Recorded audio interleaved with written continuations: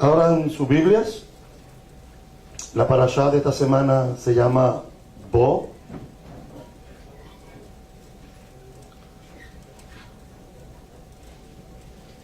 Y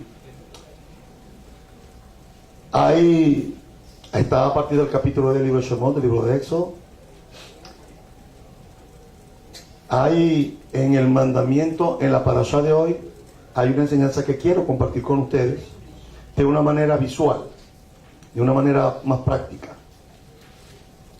La parashá de hoy hay mucho material para sacar. Si los que leyeron la parashá, sabemos que está rica en temas para estudiar. Pero hay algo interesante de las que nos habla la parashá de hoy. Y la parashá de hoy nos habla acerca de los tefilín. La parashá de hoy nos habla de estos utensilios que hoy traje los míos. Porque cuando hablamos de los tefilín, la gente a veces tiene una visualización muy vaga de lo que es y para qué es y cuándo usarlos. Cada vez que miramos las fotos de un judío observante tradicional haciendo sus oraciones en la semana, notamos algunas cosas distintivas cuando hacen sus plegarias. Una de las cosas más distintivas que caracteriza a un judío cuando hace sus plegarias matutinas o diarias es el talit. El talit es el manto donde colocamos nuestros tzitziot, nuestros flecos. En esta parashá, en la parashá de hoy, vamos a estudiar en el capítulo 13, versículo 9. En el capítulo 13, versículo 9, cuando Israel está para salir de Egipto, en el capítulo 13 del libro de Shemot, del libro de Éxodo, versículo 9 dice: y te será como una señal sobre tu mano y como un memorial delante de tus ojos, para que la Torá de Adonai esté en tu boca, por cuanto con mano fuerte te sacó Adonai de Egipto. Cuando nosotros hablamos de los tefilín, para muchos es un tema que está totalmente ajeno y desconocido. Es más, me voy a atrever a decir algo. Aquí yo estoy seguro que nadie los usa.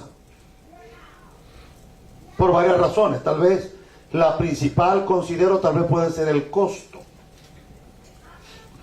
Pero bueno, si me dicen que yo tengo cáncer y el cáncer, la cura vale $300,000 y no me quiero morir, ¿qué es lo que yo hago? Nadie digo nada. Se mueren, parece. Cuando nosotros hablamos de los tefilín, esta indumentaria, este objeto,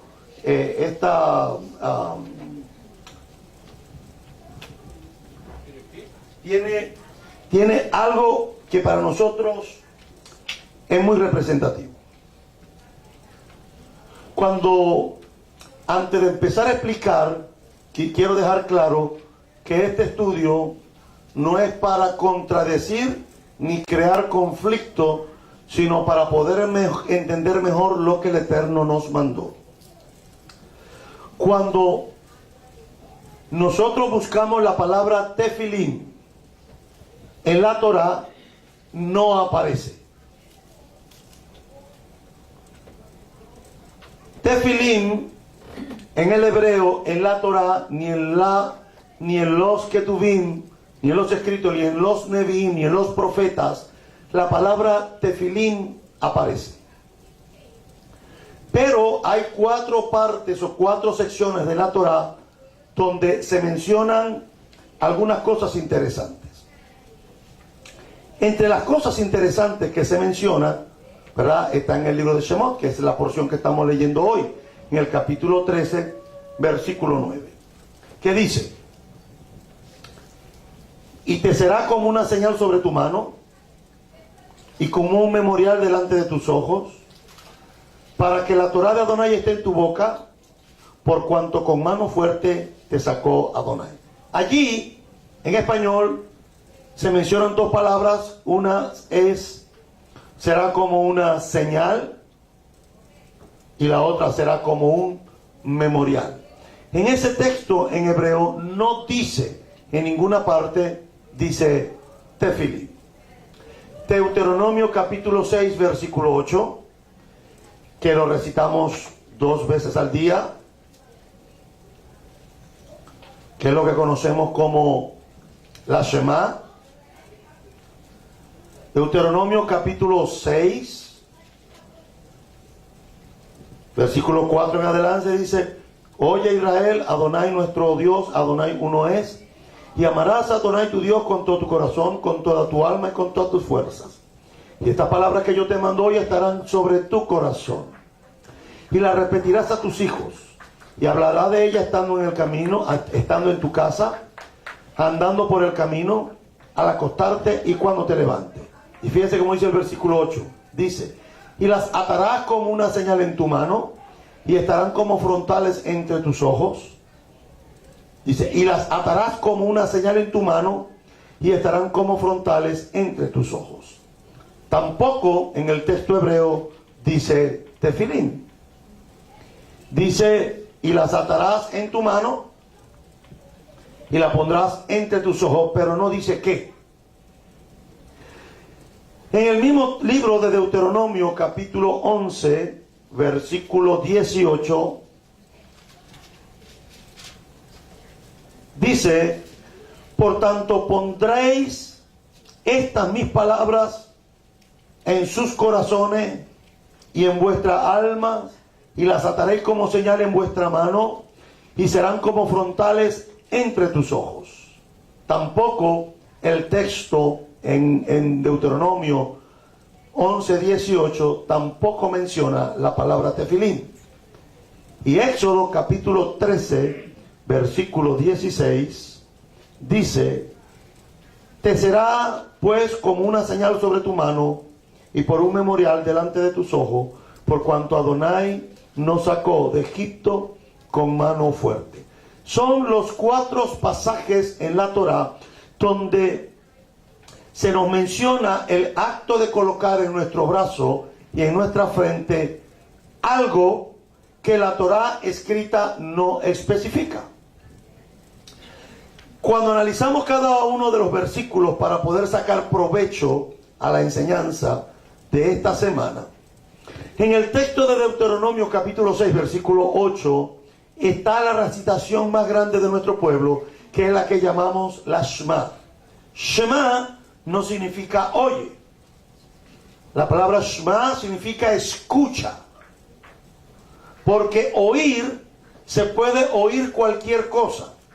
Escuchar es cuando uno presta atención a lo que a lo que quiere captar.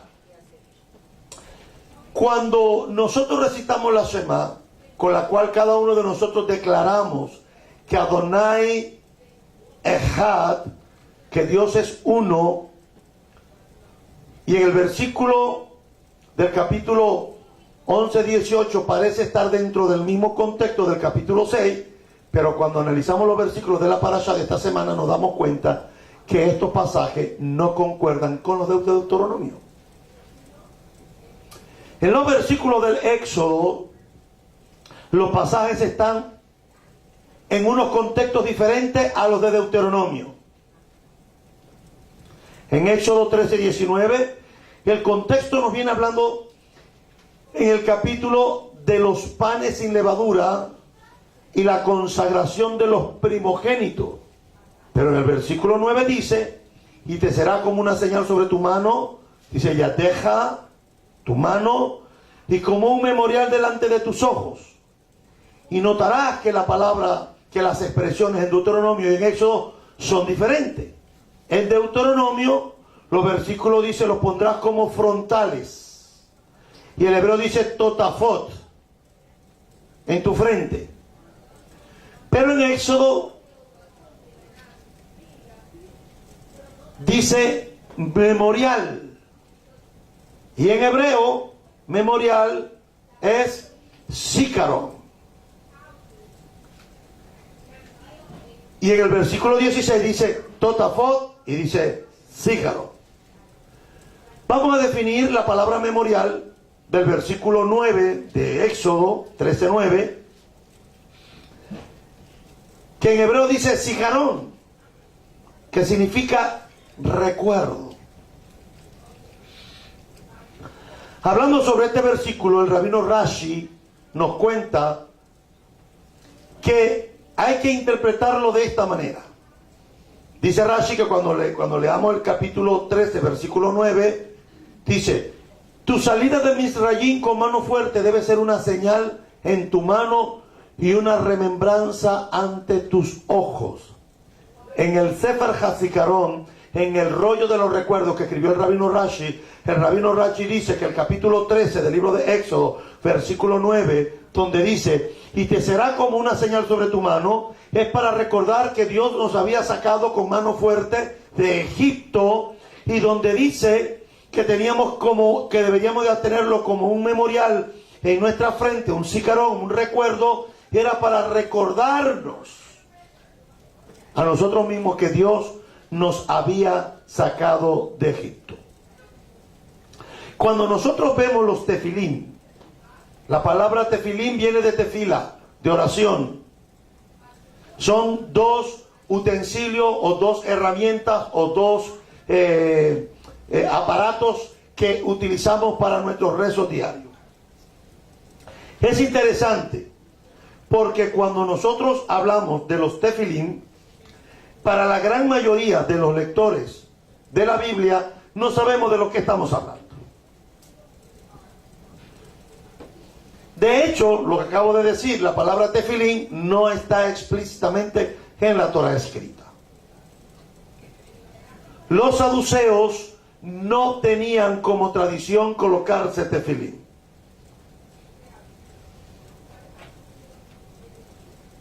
Solamente los saduceos implantaron la escuela de colocarse tefilín en los momentos de sus rezos. Curiosamente, en la Torah escrita, lo vuelvo a decir por tercera vez, no aparece la palabra tefilín. No aparece en la Torah escrita. ¿Dónde aparece el concepto de la Torah, del uso de los tefilín? En la Torah oral, en las tradiciones saduceas, fariseas, no saduceas. Los saduceos no tenían por práctica colocarse los tefilín, porque para ellos, al no verlos explícitamente en la Torah escrita, ellos pues decían no había que practicarlo, la colocación, porque no está directamente en la Torah escrita. ¿Cómo se implantó esta tradición como una norma en el rezo judío? No es muy nueva. Es más, podemos estipular que la fecha probable, históricamente hablando, con un documento histórico sobre la implementación del mandamiento, la encontramos 150 años antes de Yeshua. O sea, que para el tiempo del judaísmo del primer siglo, o en otras palabras, para el tiempo cuando Yeshua se hizo carne y habitó entre nosotros, la práctica de colocarse los tefilín dentro del movimiento fariseo ya estaba bien arraigada.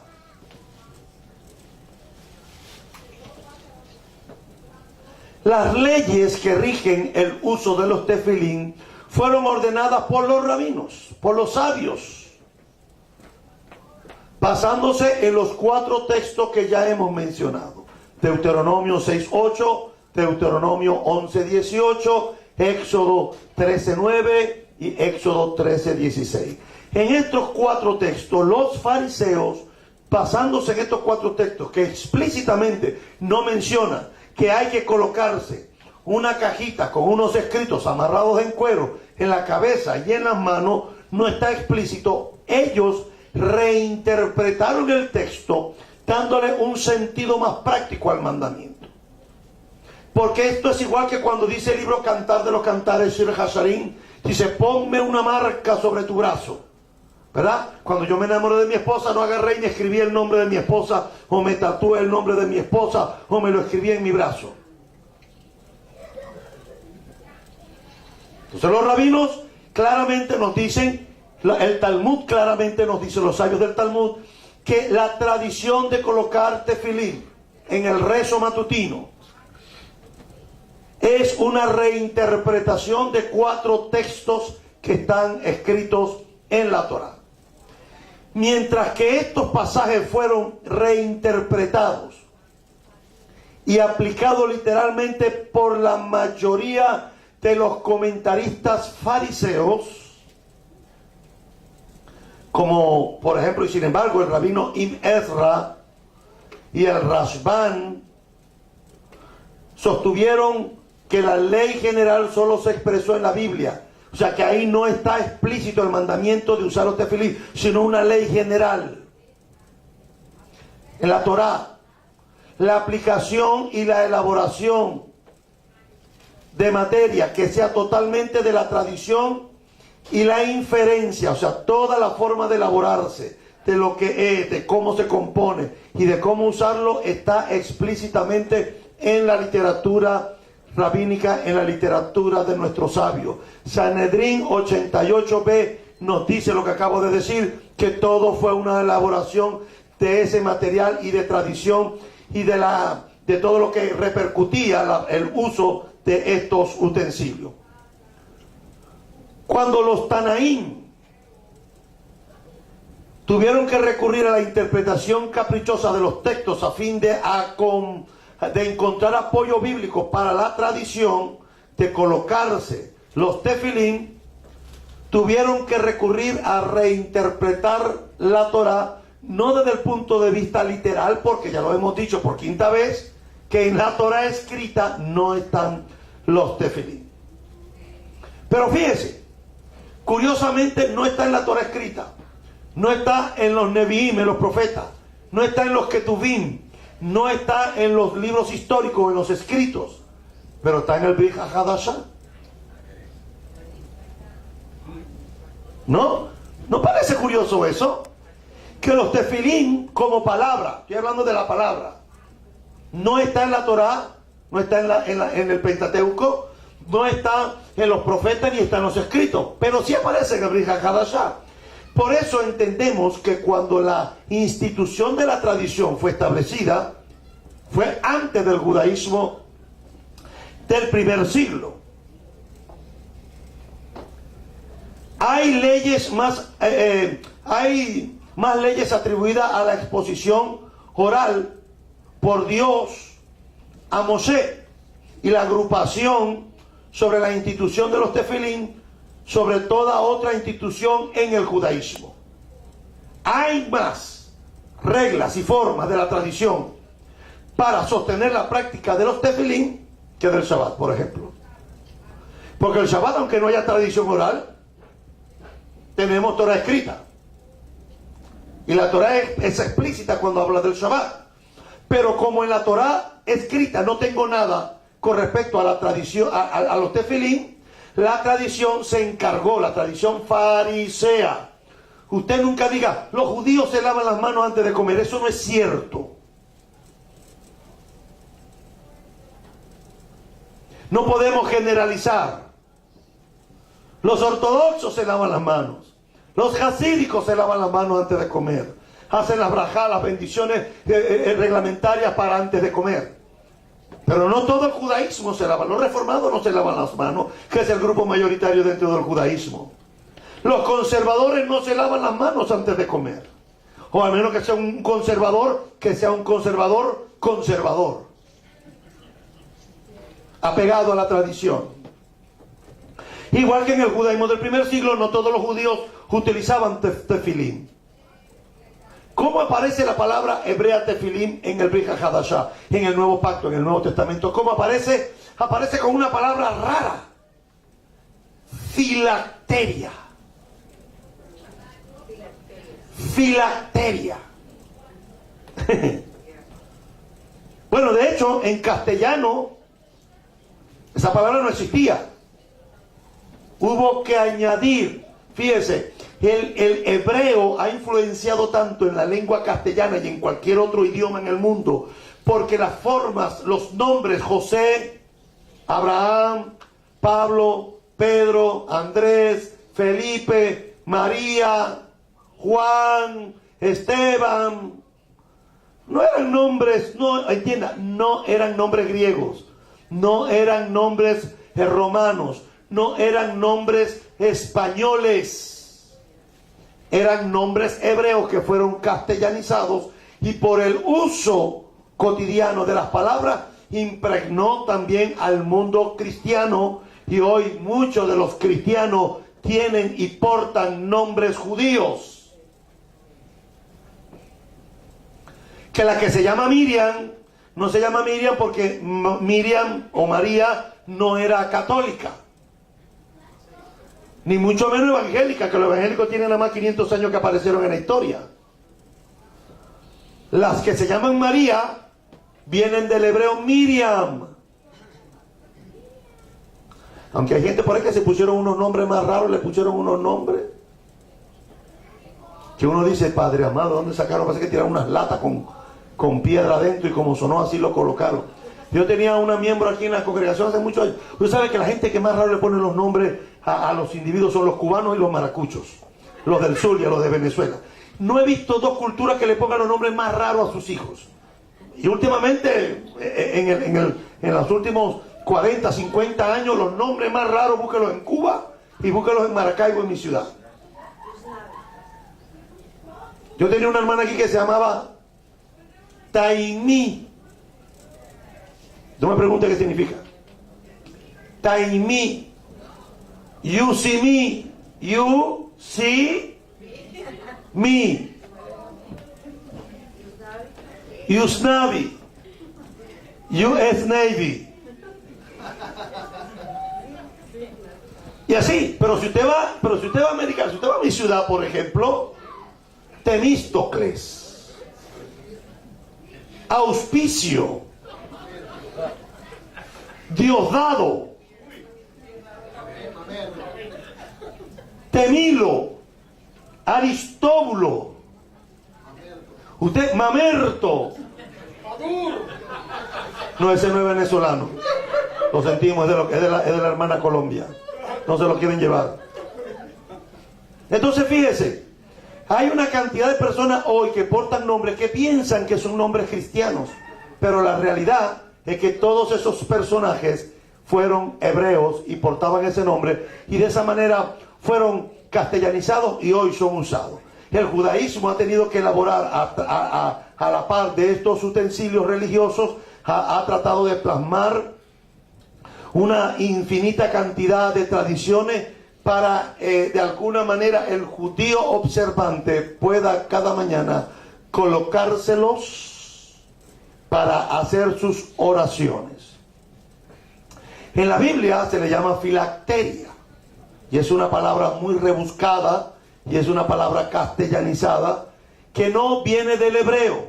La palabra filacteria no viene del hebreo, la palabra filacteria viene del griego. Porque en el hebreo la palabra para filacteria es la palabra tefilim, que no tiene que ver con filacteria, sino que tiene que ver con oración. Hay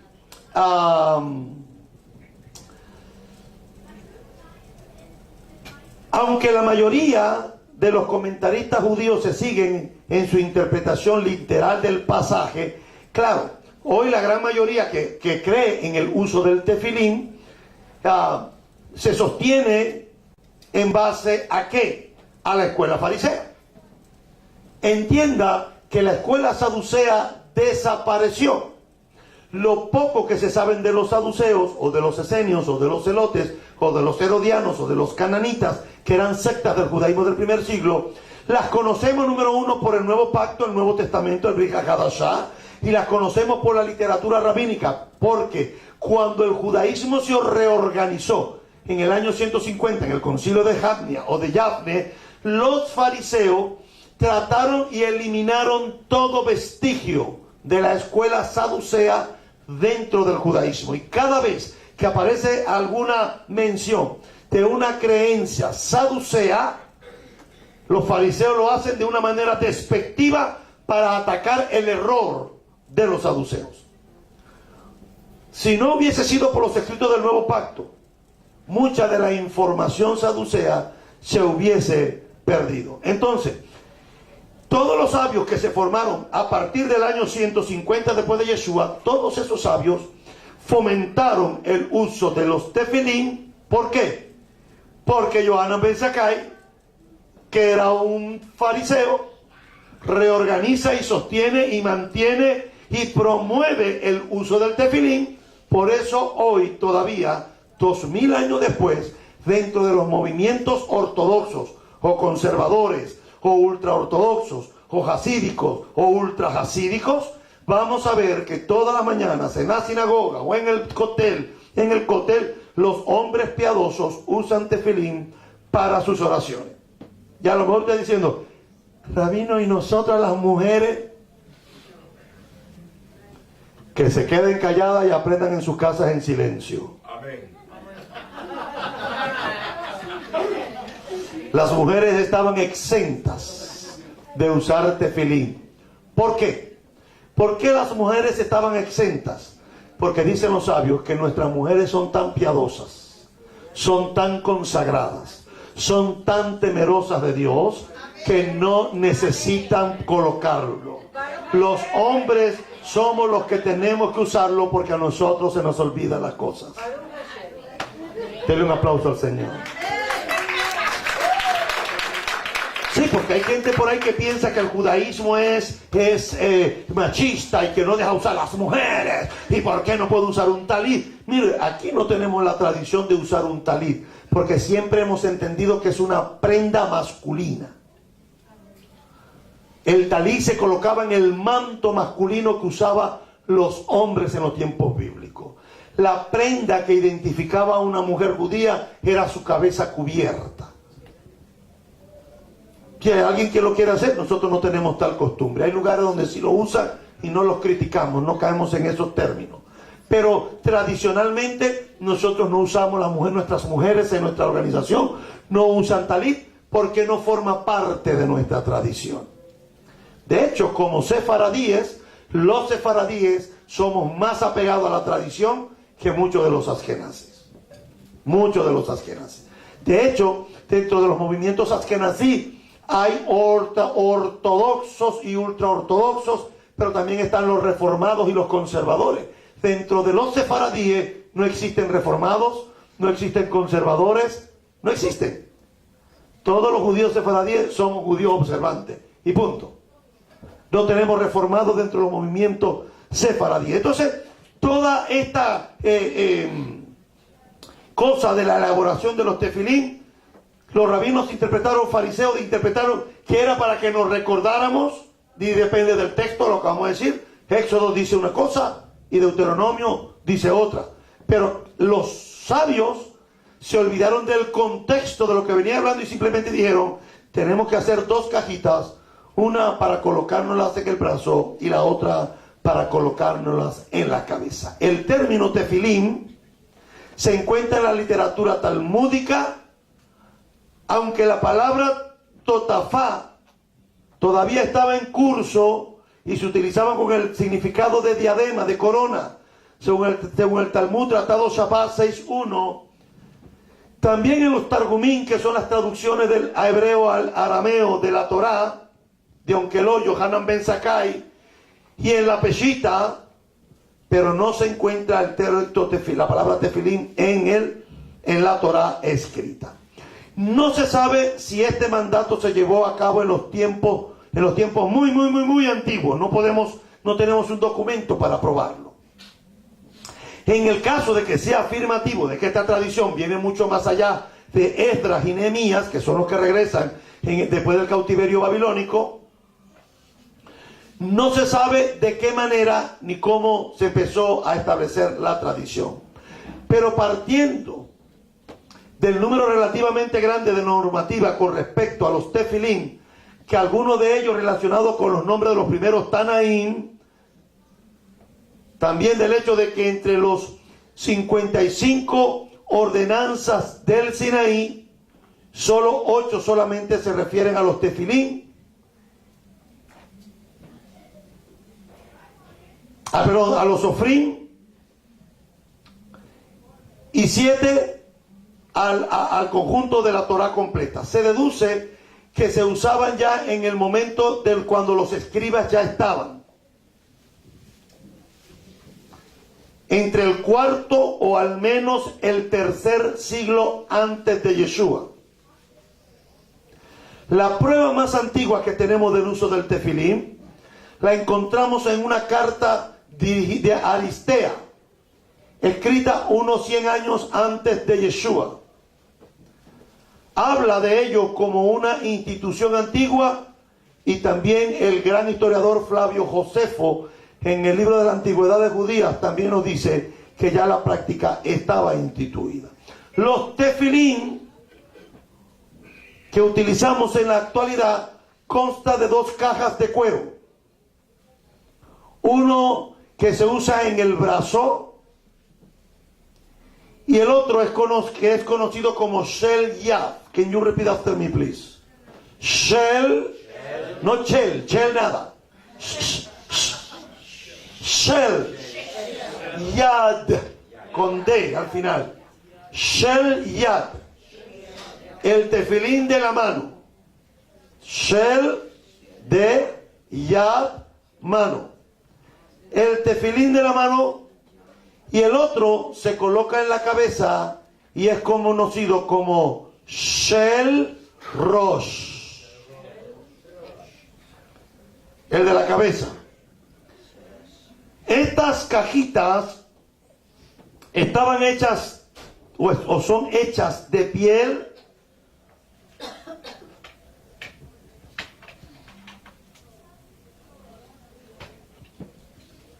de animal kosher. No podemos usar un puerco, no podemos usar un animal muerto, porque los animales kosher no solamente son aquellos que la Torah dice que son kosher, que tienen pezuñas y comen hierba, sino que el animal tiene que estar vivo. No podemos utilizar ninguna de las partes de un animal que esté muerto, aunque sea un animal limpio, un animal kosher, porque entonces sería taref, sería un animal impuro que no pudiéramos, porque está muerto, no hay vida en él. Pero cuando hablamos de los tefilín, que están hechas de cuero, y estos tefilín están hechos de animales puros o limpios. Tradicionalmente las cajas deben ser cuadradas, su altura puede ser más o menos de la longitud y de la anchura, y preferiblemente se usan de color negro. La caja de la cabeza se fija con 2 correas de cuero y necesitan un voluntario que quiera colocárselos. No pasen todos al mismo tiempo, uno por uno. Venga, rabino, y siéntese que usted está muy alto para mí.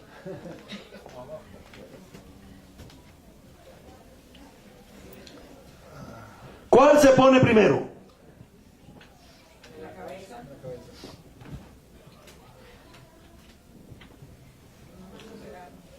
¿Cuál se pone primero? ¿Por qué el de la cabeza? Ya que respondieron. La mano libre pensamiento y la mano libre. Dice colocarás en tu frente.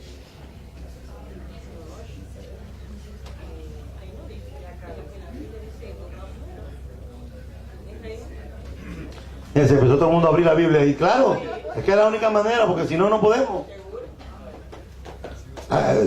Esto no es una cuestión de deducción o lo que me parece, lo que ya está establecido. En el 13:9 dice señal sobre la mano y luego dice como frontal. Entonces, primero, ¿dónde va? Va en la mano primero. Entonces, en Shabbat no se usa tefilín, por eso en Shabbat no usamos tefilín. En Shabbat no usamos tefilín. ¿Por qué? Porque la santidad del Shabbat es suficiente. Pero vamos a utilizarlo como ejemplo. Usted que se lo sabe poner, póngaselo. Y no voy a hacer la Y de Yeshua, sino la Shin de Shaddai.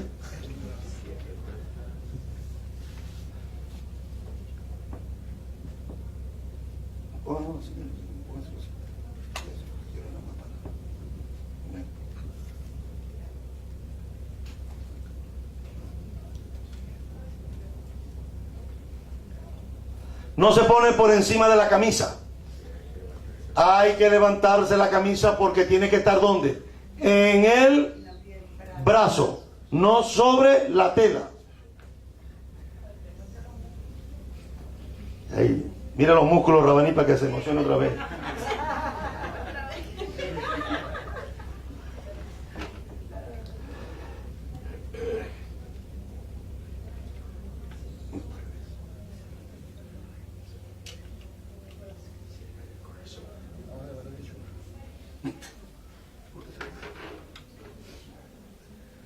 Y hay que colocarlo cerca del corazón. O sea, no puede ir aquí, tiene que ir en la parte de adentro para que cuando lo ponga la caja quede cerca del corazón.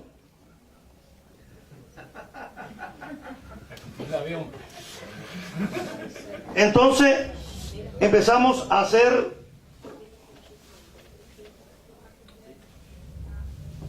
una vuelta.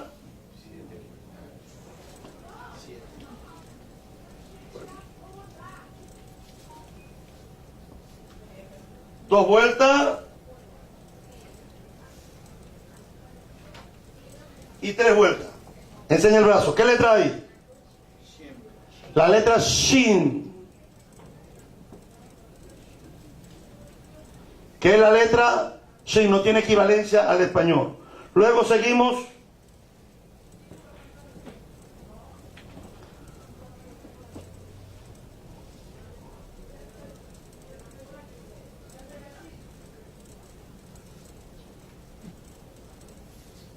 Con 7 vueltas.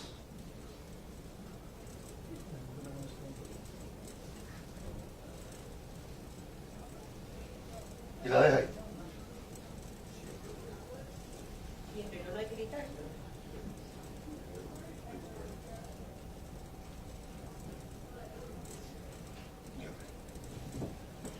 Cuando llegamos allí, entonces viene el de la cabeza.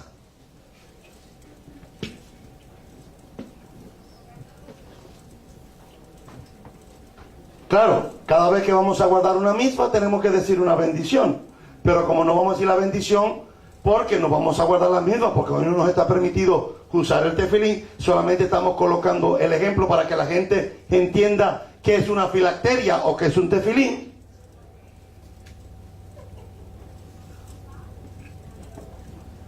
A ver si la cabeza llega. Tenemos dos cabezas diferentes.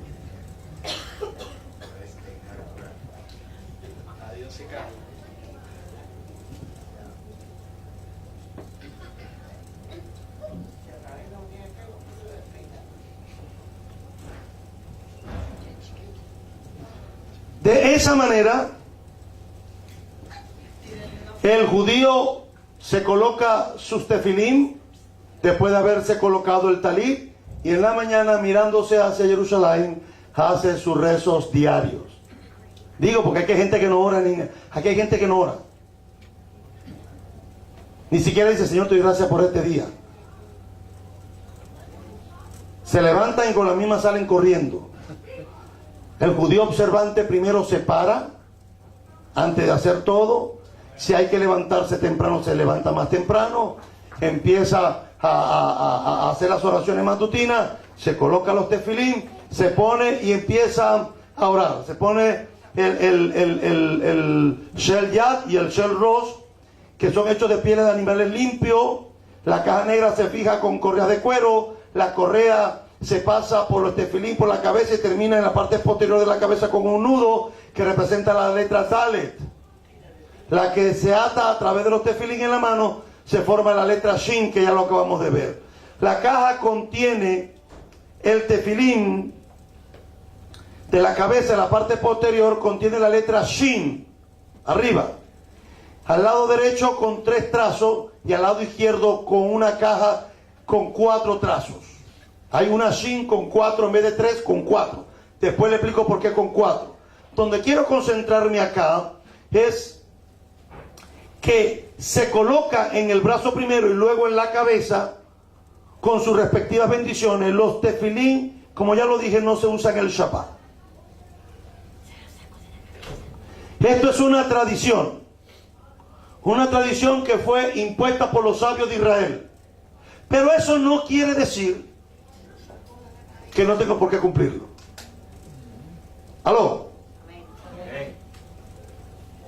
Porque si esta práctica es una práctica farisea, quiero que vaya conmigo a Mateo capítulo 23.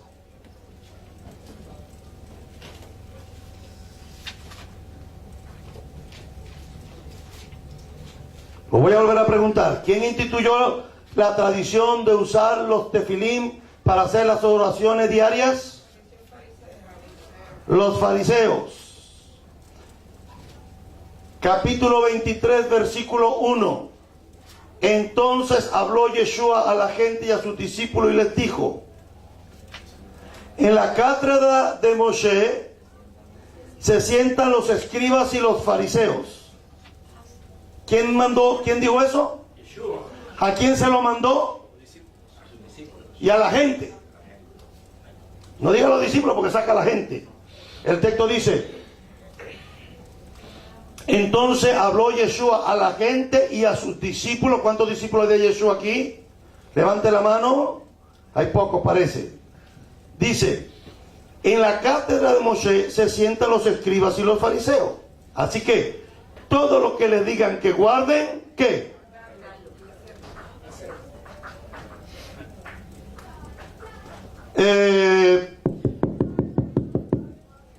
¿Está preocupado, verdad? Hombres, ¿están preocupados? Fíjense lo que dijo Yeshua. En la cátedra de Moisés se sientan los escribas y los fariseos. Así que todo lo que le digan,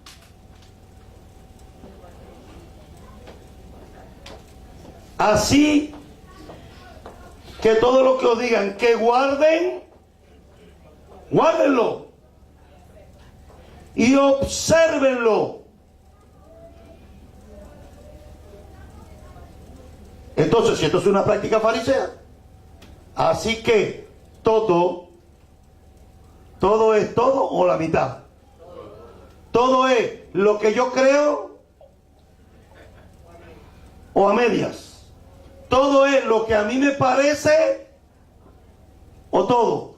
Todo es lo que Dios me reveló. A Dios no me lo ha revelado todavía. Cuando Dios me lo revele, me lo ponga. Así hay gente todavía que se mueve así. No, cuando Dios me hable, me pongo la kippah. Cuando Dios me hable, guardo el Shabbat. Cuando Dios me hable, dejo de comer puerco. Pero ven acá, si tú abres la Biblia y dice que no puedes comer puerco, ¿quién te está hablando ahí? Hashem es el que te está hablando. Entonces, si Yeshua te está diciendo en la cátedra de Moisés se sientan los escribas y los fariseos, así que todo lo que los fariseos y los escribas le digan que guarden, ¿qué dice? Guárdenlo, pero no hagan como ellos hacen. O sea, que ellos usaban los tefilín, usaban las filacterias, pero tenían otro comportamiento. Bueno, pero ¿cuánta gente no conozco yo hoy que dice que son mesiánicos y andan viviendo una vida desordenada? ¿Cuántos cristianos, gente que yo conozco en este país, amigos míos, que dice que son cristianos y cuando usted ve la práctica, el desenvolvimiento de su vida, es una vida pobre? Gente que se autoproclama que son hijos de Dios y viven con resentimiento, con amargura, con odio, con raíces de amargura. Gente que odian, gente que no tienen capacidad de amar, ni de perdonar, ni de ser compasivos, ni de ser misericordiosos. Entonces no me digas que tú perteneces a un grupo. Cualquiera entra. Cualquiera puede tomar un título y autoproclamarse del grupo religioso que considera que debe estar. Pero es que los verdaderos hijos de Dios son los que hacen la voluntad de Dios.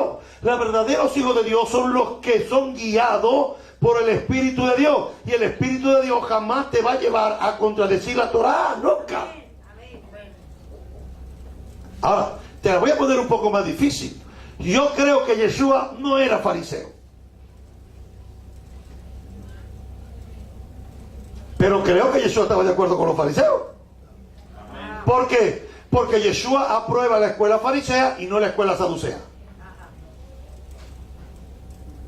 Que no hay resurrección de los muertos. Y Yeshua le dice: ustedes hierran, se equivocan cuando leen no saben lo que están leyendo, en pocas palabras. Oiga, si Yeshua estuviera en este tiempo nos diría lo mismo a nosotros. No a los saduceos.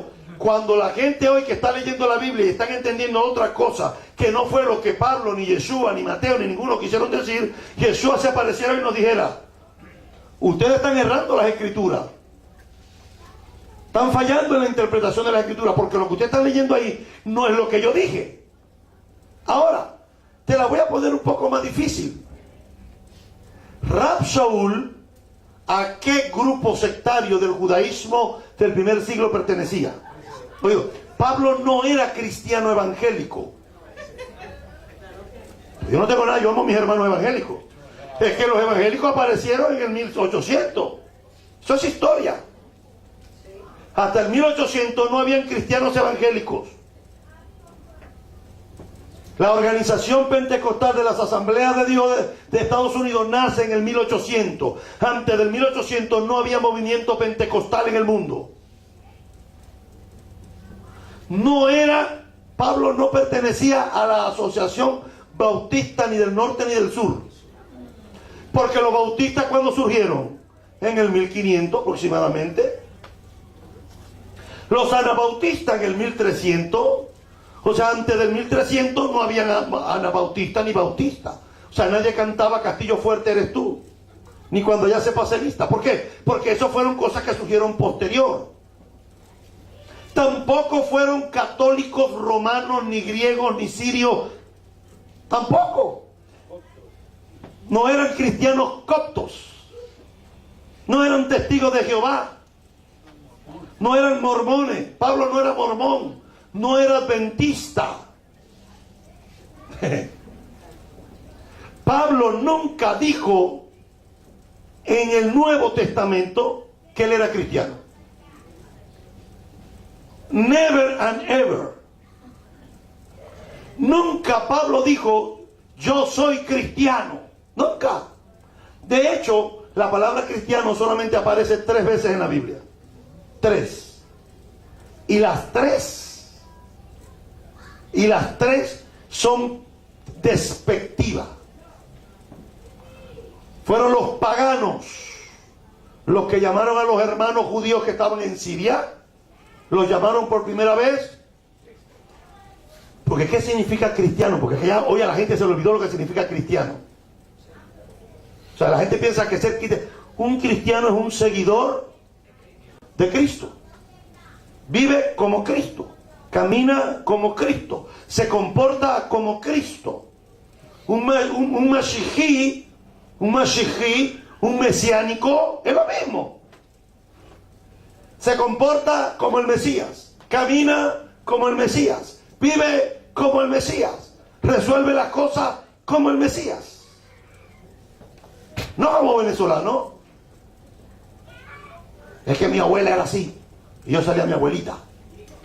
A mí me gusta gritar. En mi casa mandamos la mujer, en mi familia mandamos la mujer. Y eso era cuando usted vivía allá. Cuando usted vivía en el mundo, sin Dios, sin fe y sin esperanza. Pero cuando usted vino a Mashiach, Pablo dice: el que está en el Mesías, nueva criatura es. La abuelita, la tía y la madre quedan en el pasado y ahora toda la educación que aprendió tiene que ser ¿qué? Nueva. Amén, yo solo. Entonces, Pablo dijo: yo soy judío, hijo de fariseo, fariseo de fariseo. Pablo también dijo que él fue instruido bajo los pies del gran Rabán Gamaliel. Gamaliel fue el bisnieto del rabino Hillel. O sea, Pablo dijo: yo fui instruido en la escuela de los grandes eruditos de Harvard de aquel entonces. Pablo creía en la resurrección de los muertos antes de creer en Yeshua o después de creer en Yeshua. Antes de creer en Yeshua, Porque los fariseos siempre creyeron que había una resurrección de los muertos. Cuando Jesús apareció en el acontecimiento bíblico profético más grande de la historia, ya el judaísmo fariseo creía en una resurrección de los muertos. Entonces Pablo no cree en la resurrección de los muertos porque un día Jesús se le reveló cuando iba camino a Damasco. Pablo, como fariseo, ya creía que había resurrección de los muertos. Y pregunto, si Pablo fue instruido a los pies de Gamaliel, y Gamaliel era el bisnieto de Hillel, y Gamaliel era de la escuela farisea, entonces quiere decir que el apóstol Pablo usaba tefilín.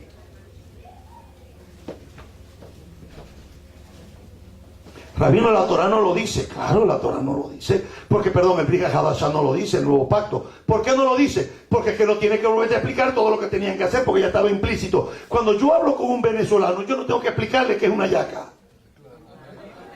Al menos que sea de Santa Bárbara del Zulia. Pero cuando yo hablo con un americano y digo que voy a comer hallaca, el americano me queda mirando. Y lo primero que piensa el gringo y dice, estos son indios todavía, ¿qué están comiendo? Y cuando ven aquella cosa envuelta en la hoja de plátano, entonces más todavía nos llaman indios. Y yo orgullosamente, porque yo no sé, usted podrá ser rubio de ojos azules, pero cuando los europeos nos miran y los anglosajones nos miran, no nos miran como europeos. No importa el colorcito de piel, es que cuando te dan un tamal, cuando te dan un tamal envuelto en hoja, se te sale el indio y el negro. Dos cosas rápido que se te salen. Se nos aflora. Un tamal. Entonces, ¿qué pasa aquí? Que Pablo no tiene que explicarle a un judío cómo usar los tefilín porque ya está establecido en la tradición. Yo siempre cuento esto como una anécdota que fue real en mi vida y lo cuento porque fue así. Cuando yo llegué a este hermoso país hace 27 años atrás y oía a mis hermanos cubanos hablar, no, la mitad de lo que hablaba yo no lo entendía. La mitad. Bueno, todavía me pasa, todavía. A veces tengo que buscar intérprete. Cuando oía a un colombiano tampoco lo entendía. Yo dije, esta gente hablan raro todo. ¿Y qué frijoles? Frijoles. Y dije, ¿cómo que frijoles? Caraota se dice. Claro, es que cuando yo decía caraota, para mí es normal porque desde que nací digo caraota. No, como el colombiano dice frijoles y como el cubano dice frijoles o el nicaragüense. Pero imagínense que llega y dice, Rabino quiere comer bajo. Y yo me lo quedaba mirando a los nicollos y le decía, ¿cómo qué? Oye, traduce, porque eso suena hasta una mala palabra eso ahí. ¿Qué me está diciendo? Entonces, Pablo cuando le tiene que hablar a su gente no tiene que explicarle lo que tiene que hacer porque Pablo le escribe a sus hermanos y ellos entendían lo que estaba pasando. Cuando tenía que usar, Pablo tenía que utilizar esta indumentaria porque si Pablo dijo que él era fariseo y el colocarse los tefilín o la filacteria era parte de su tradición farisea, porque si creía en el bautismo, que era una doctrina farisea, si creía en la resurrección de los muertos, que es una doctrina farisea, si creía en los ángeles, que es una doctrina farisea, si creía en la vida eterna, que era una doctrina farisea, si creía en los demonios, era una doctrina farisea, si creía en la condenación eterna, también era una doctrina farisea. Que entonces, ¿cómo nos iba a colocar esto aquí? Si el mismo maestro le había dicho en Mateo capítulo 23 versículos 1 y 2, en la cátedra de Moisés se sientan los escribas y los fariseos, así que todo lo que los escribas y los fariseos les digan que hagan, háganlo y obsérvenlo, guárdenlo, practíquenlo. Ahora, aquí hay un problema. ¿Sabe cuál es el problema? Que nosotros aparentamos ser, pero no somos. ¿Oído? A nosotros nos gusta impresionar a la gente. Cuando vamos a hablar a la gente le decimos Yeshua. Y la gente dice, ya nosotros decimos Yeshua. Y la gente te mira y dice, no, es que Yeshua, no, Jesús no se puede decir. Hay que decir ahora Yeshua, ese es su verdadero nombre. Diga conmigo. Y después, Yeshua, no Yeshua, Yeshua. Entonces queremos impresionar a la gente con los talí, con los kipá, con el shofar. Queremos impresionar a la gente con 4 cositas que no sabemos, que nos aprendimos aquí en la sinagoga y queremos decirle al mundo y metérselo. Y no se puede comer puerco. Te vas para el infierno. Oído, comer puerco no manda a nadie al infierno. Pero la Torah dice que no se puede comer. Entonces, yo creo lo que la Torah dice. Si la Torah lo dice, yo lo creo. Y si yo lo que tengo que hacerlo. Si no, no tiene coherencia el poder creer en un libro que lo que dice yo no lo practico y no lo creo. No tiene ningún sentido. Entonces, fíjese lo importante aquí, que hay algo interesante. Vaya conmigo al Brit HaDashah, ahí mismo en el capítulo 23. Versículo 5. Ahí viene el totazo. Rabino se ve bonito con su tefilín puesto. Tiene más cara de rabino. Nuevo pacto, Nuevo Testamento. Capítulo 23, versículo 5. Dice. Vamos a leer desde el 3. Así que todo lo que diga que lo guardéis, guardarlo y hacerlo, mas no hagáis conforme a sus obras, porque dicen y no hacen. Porque atan cargas pesadas y difíciles de llevar, y las ponen sobre los hombros de los hombres, pero ellos ni con un dedo quieren moverla. Antes, hacen todas estas cosas para ser vistos por los hombres. Pues ensanchan y aparece la palabra filacterias. Y cuando está hablando de la filacteria, está hablando de la cajita, de las cajitas.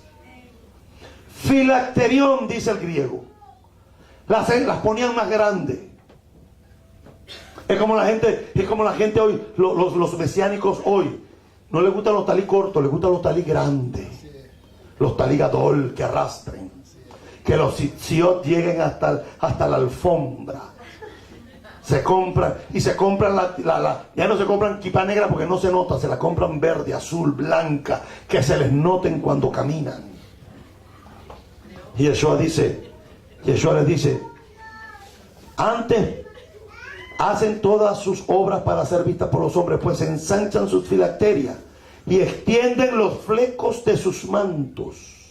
No extienden el manto, sino los flecos. Los tzitzit los alargan. Mire, esta palabra fue traducida al griego de la palabra hebrea, o sea, la palabra filacteria fue traducida del hebreo tefilín. No existe equivalente en español para la palabra tefilín, y filacteria no es la más adecuada. Porque la palabra filacteria viene del griego fulacterión, que se usa de manera especial para denotar un amuleto o un talismán. Pero como no había otra palabra en el griego que se asemejara a la palabra tefilín, buscaron la palabra filacteria. Y esa filacteria es la que generalmente el mundo conoce. Es interesante notar que los apóstoles pertenecieron a diferentes escuelas dentro del judaísmo. O sea, todos los fariseos, todos los discípulos no pertenecían a los fariseos.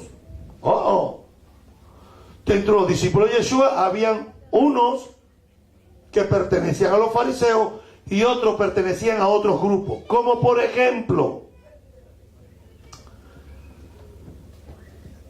Simón el celote.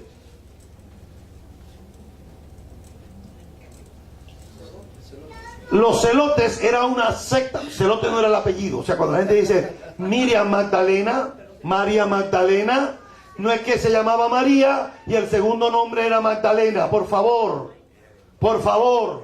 sean serios. Magdalena era la ciudad. Magdala. No era Miriam Magdalena. Pues usted ve a la gente y dice María Magdalena. María Magdalena, y le ponen a la muchacha hoy María Magdalena. Imagínese que yo me llame William Maracaibo,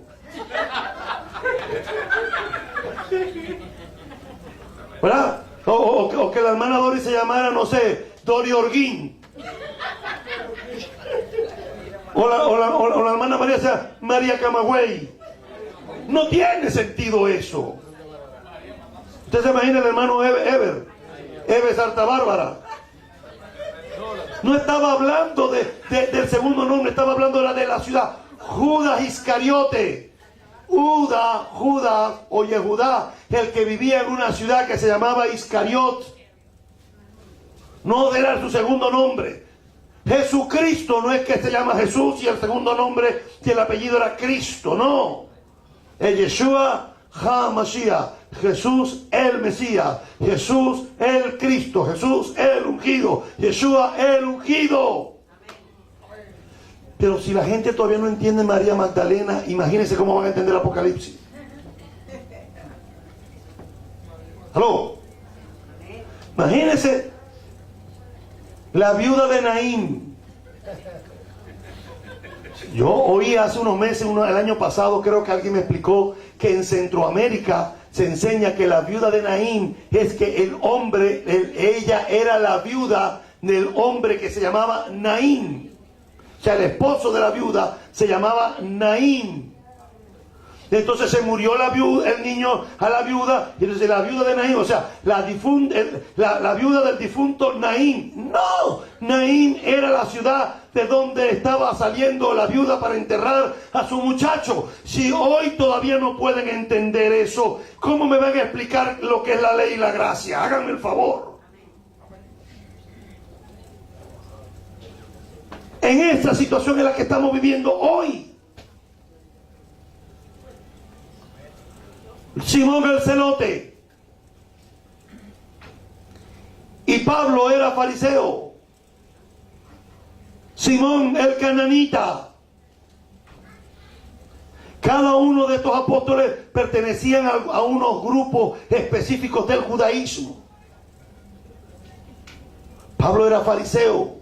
Y como fariseo debió usar los tefilín como su maestro Gamaliel le enseñó. Y el mismo apóstol Pablo dice en el capítulo 28 del libro de los Hechos. Vaya conmigo allí, por favor. Hechos capítulo 28, versículo 17. Dice: aconteció que 3 días después Pablo convocó a los principales de los judíos, a los cuales, luego que estuvieron reunidos, les dijo: yo, varones hermanos, no habiendo hecho nada contra el pueblo, ni contra las costumbres de nuestros padres. La tradición es un mandamiento, la tefilín es una tradición o es un mandamiento. Es una tradición, es un mandamiento por la Torah escrita. Hashem no nos mandó a colocarnos los tefilín. Pero los sabios mucho antes de Yeshua instituyeron la tradición. Y Pablo dice: yo ni en contra de la costumbre o de la tradición de nuestros padres. Yo, varones hermanos, no habiendo hecho nada contra el pueblo ni contra la costumbre de nuestros padres. ¿No están hechos? Que la gente no lee los hechos porque la historia los cansa.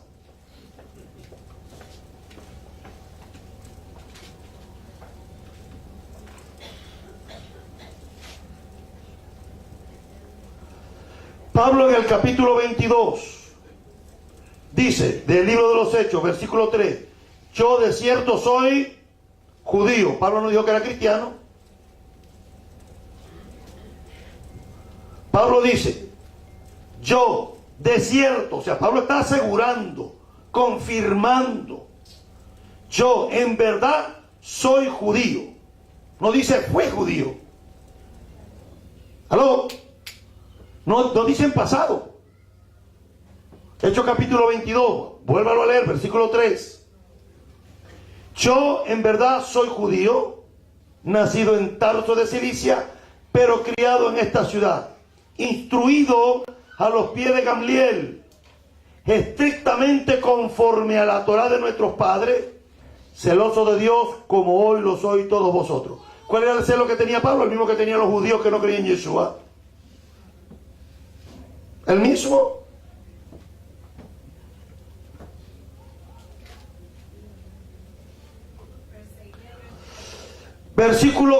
Capítulo 24, versículo 14.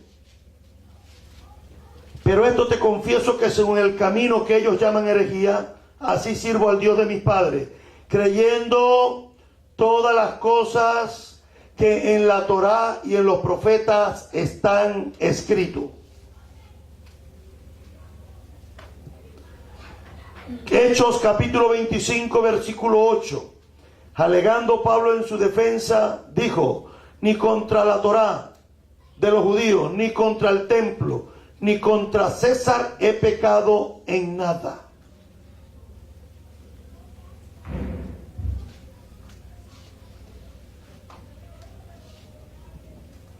Capítulo 28, versículo 17. Aconteció 3 días después, Pablo convocó a los principales de los judíos, a los cuales luego que estuvieron reunidos les dijo: yo, varones hermanos, no habiendo hecho nada contra el pueblo, ni contra las costumbres de nuestros padres, he sido entregado preso desde Jerusalén en manos de los romanos. Pablo dice, ni contra las costumbres. Porque nosotros se nos mete algo extraño, los latinos tenemos algo problema. Pues si no está en la Torah escrita, yo no lo hago.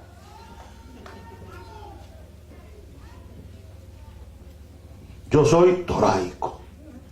Esa es la palabra de moda en América Latina. No estamos en contra de la tradición. No, nosotros no estamos en contra de la tradición. Estamos en contra de la tradición cuando la tradición contradice. Cuando la tradición se superpone a la Torah escrita. Pero mientras la tradición exalce el mandamiento y el designio, no tenemos ningún problema con ella. Rabino, si yo me pongo los tefilín, ¿qué pasa? ¿Voy a ser más judío? No. ¿Vas a tener menos lucha? La vas a tener igual. Si no me la pongo, rabino, peco. No pecas. Pero es como que le dijeran a un nicaragüense que no coma tamales. Y no diga chavalo.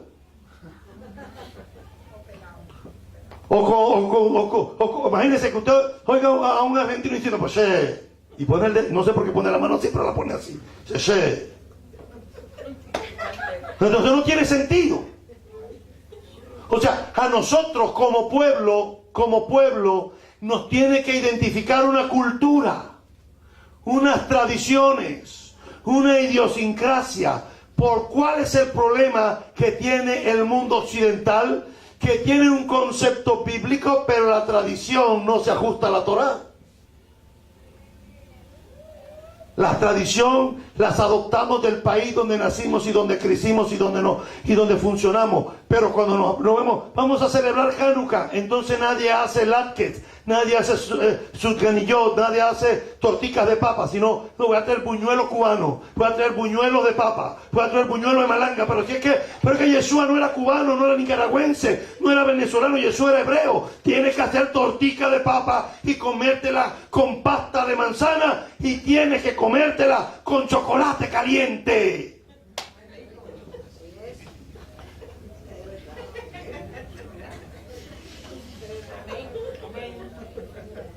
Esa es la tradición.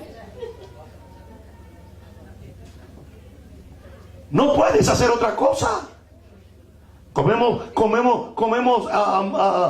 sutganiyot, donuts con chocolate, nos las comemos en Pesach, en Hanukkah. Voy a celebrar Pesach. Pues voy a hacer todo, en vez de la plancha de matzah, la voy a hacer con arepa.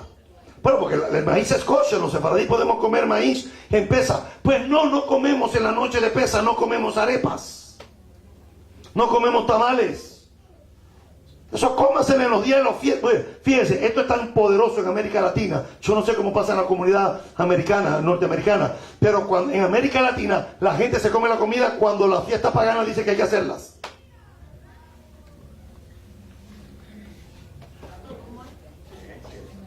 Pero los tamales tenemos que hacerlo en diciembre. Y el eggnog lo sentimos por los latinos que no han hecho el crossover al mundo americano.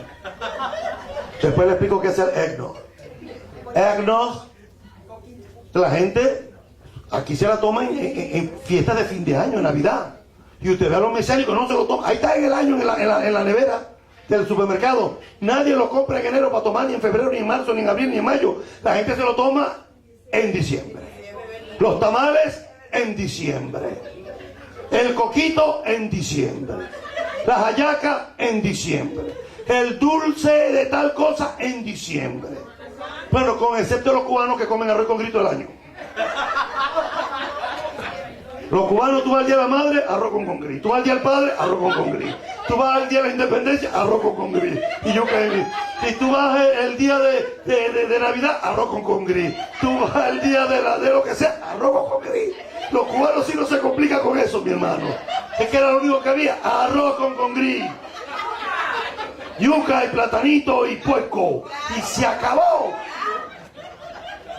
No, en Venezuela es complicado eso. El 24 comen hallaca con no sé qué, pan de jamón. El 31 caldo de pollo, que no... Ya casi podemos comer caldo de pollo todo el año porque hay que comprar la gallina. El 31.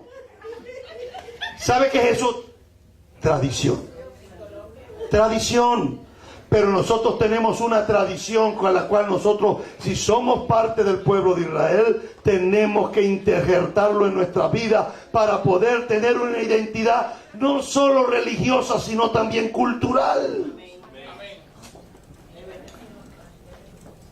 Yo recuerdo la vez que traje para la primera, hace muchos años, para hacer tabule. Tabule. Y la gente cuando llegó vio el del pan de pita, la ensalada de pepino, tomate. La gente cuando miraba aquello, me decían, los caribeños me decían, no, rabino, nosotros no comemos tortilla. Pero eso no es una tortilla, mijo. La tortilla es de harina de maíz, esto es de harina de trigo. ¿Y qué es eso? Eso es pan. La pita es un pan aplastado. Los panes no siempre son largos y miden 1,5 metros. Hay diferentes formas de hacer panes. El día que traje aquello nadie comió, porque cada quien está acostumbrado a comer lo de uno y pensamos que lo que nosotros no comemos es lo más rico del mundo, pero a lo mejor para ustedes, porque para mí no lo es.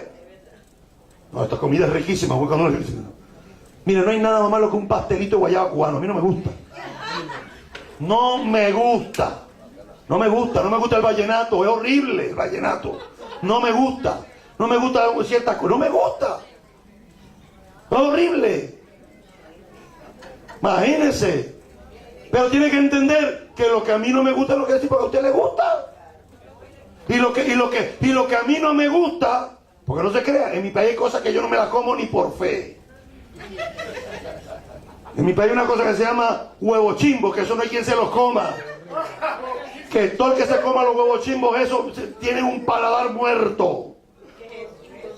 Eso es un dulce que aquellos más que se lo comen los zombies. Eso es horrible.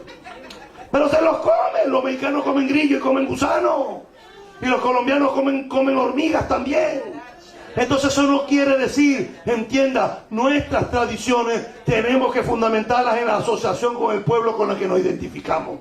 ¿Sabe cuál es el problema del mesianismo? Que el mesianismo todavía no se asocia con Israel nada más que en conceptos teológicos. Yeshua dijo que ni contra las costumbres que en la cátedra de Moisés sentaban los escribas y los fariseos. Termino diciendo, no podemos usar los textos fuera de contexto para apoyar una escuela que es respetada por antigüedad y que no contradice la Torah. Considero que es una tradición hermosa que nos da identidad como tradición, pero no colocarnos los tefilín no implica que estemos violando la Torah escrita, sino que estamos violando las tradiciones orales. Vuelvo y digo, es una hermosa tradición que aún el apóstol Pablo, siendo fariseo, tuvo que haberlos usado en su vida, ya que esta práctica era usada solamente y exclusivamente por los fariseos del judaísmo del primer siglo. Hoy en día, solo los conservadores muy conservadores, los ortodoxos y los jasídicos son los únicos que los practican. Ni los reformadores ni los reconstruccionistas. Y termino diciendo, ¿sabe cuál era el propósito de que los sabios instituyeron la tradición del tefilín? Recordar lo que dijo Rashi, que Dios nos sacó con brazo extendido y que teníamos que recordar que nos habían sacado de Egipto. Cada vez que oramos en las mañanas tenemos que recordarnos que nuestro Dios siempre va a pelear por nosotros con brazo extendido. Puesto de pie, por favor. Avino Malkeino, nuestro Padre y nuestro Rey. En esta mañana bendecimos tu nombre, Kadosh Baruj Hu. Te damos gracias por tu amor y tu misericordia. Porque el misterio de las tradiciones, aún en ellas encontramos grandeza. Señor, entendemos y colocamos cada cosa donde va. Lo tradicional en la tradición, en la Torah oral, y lo escrito y tus mitzvot en la Torah escrita. Te damos gracias porque el uso de los tefilín en este tiempo es solamente de hombres valientes. El uso de estos tefilín nos ayuda a recordar que con brazo extendido tú nos sacaste de Egipto. Y así como nos libraste de Egipto, nos vas a sacar de cualquier lucha y dificultad que tengamos en nuestra vida. Que lo debemos de colocar como sijarón, como un recuerdo, como una remembranza de que no nos dejaste en la esclavitud, sino que nos sacaste a novedad de vida. Eterno Dios, que esta enseñanza de esta mañana podamos marcarla bien claro en nuestras vidas. Que a ti no te podemos impresionar. Que podemos usar talit, kipá, tefilín y aún así estar lejos de ti. Que con nuestros labios podemos confesarte, pero que con nuestro corazón estamos lejos. Te decimos con nuestros labios que te amamos, pero con nuestras prácticas te negamos al mundo. Enséñanos tu verdad. Tu Torah es verdad. Enséñanos a caminar en tus mandamientos para no pecar contra ti. Porque como dijo el salmista, contra ti solo he pecado y no he sido justo delante de tus ojos. Eterno, los tefilín son una señal, igual que los tzitzit, igual que el Shabbat. Son una señal, es un aviso que nos advierte, que nos prepara, que nos preserva, que nos cuida y que nos ayuda en la parte física a entender a este gran Dios al cual servimos. Eterno Dios, que tu Torah esté en nuestra mente y en nuestro corazón, y que cuando la pongamos en nuestros brazos para ponerlo por obra. Que esta semana sea una semana bendecida, una buena semana. Señor, te pedimos por Betty y por María. Señor, Betty no se sabe qué enfermedad tiene. Te pedimos que pases tu mano sanadora por ella. Y por María, Señor, también, por favor, que pases tu mano y ese cáncer desaparezca de su vida. En el nombre de Yeshua, por la autoridad de Yeshua, por los méritos del Mesías, por sus heridas, que haya sanidad en la vida de estas mujeres en el Ecuador, Dios mío, para que tu nombre sea glorificado y ellas puedan entender, Señor, que tú eres un Dios grande y maravilloso. Y si no lo haces, entendemos entonces que tu voluntad para ella es lo que están pasando, y la determinación, Señor, será que tu voluntad se cumplirá en ellas. Pero te pedimos que te muevas a misericordia. Es una muchacha joven, Señor, 25 años, con un cáncer terminal. Señor, sabemos que ella, sus padres, sus hermanos están sufriendo. Señor, nadie de nosotros quisiéramos que un hijo se nos fuera antes de tiempo. Concédele a esos padres, Señor, la bendición de que María sea sanada. Señor, y sobre Betty, que no hay diagnóstico de enfermedad, pero tú que lo sabes todo, pasa tu mano sanadora. Te damos gracias por Beatriz Camino, Señor, que está con nosotros hoy. Te damos gracias por los logros y las bendiciones, Señor, que has hecho en la vida de ella y en la vida de Eduardo. Te pedimos por la mamá de nuestra hermana Belki, Señor, que haya sanidad, que haya continuando, Señor, restaurando la vida de ella y sobre Belki también. Te pedimos por Irma Rodríguez, Señor, que pase tu mano sanadora en el nombre de Yeshua y fortalezca, Señor, la vida de estas mujeres. Por cada uno de los que están enfermos, que haya refuerzo alemán en esta tarde y que tu bendición, Señor, nos alcance a cada uno de nosotros, que nos abra las puertas de la bendición esta semana, que nos colme, Señor, con trabajo bueno y abundante a los que tienen negocios propios, para que no tengan necesidad de ir a pedir prestado ni tener que ir, Señor, a mendigar, sino, Dios mío, que seas tú supliendo cada una de sus necesidades. Señor, te agradezco porque mi prima Sheila, Señor, llegó a Chile. Señor, gracias por haberla cuidado en el camino. Gracias, Señor, porque tuvo que atravesar 3 países y tú supliste y cuidaste cada una de sus necesidades, la de ella y la de su esposo. Señor, te pedimos que bendigas a la congregación, que nos bendigas a cada uno de nosotros, que nos des una semana buena, bendecida. Señor, con alegría, con gozo y regocijo. Señor, con salud, con prosperidad y larga vida a cada uno de los que estamos en esta mañana acá. Bendice a Rafael, bendice a Luzmila, bendice a Neshama, Señor, la nueva miembro de nuestra comunidad, y concédele, Señor, la bendición de poder criarla en tus caminos. Prepáranos una buena semana a todos. Y Evarejeja Adonai Beishmereja, y Aer Adonai Panabeleja Vijuneja, y Sa Adonai Panabeleja Beyasem Leja Shalom. Que Adonai los bendiga. Amén. Amén. Shabbat Shalom para todos. Que la gente se quede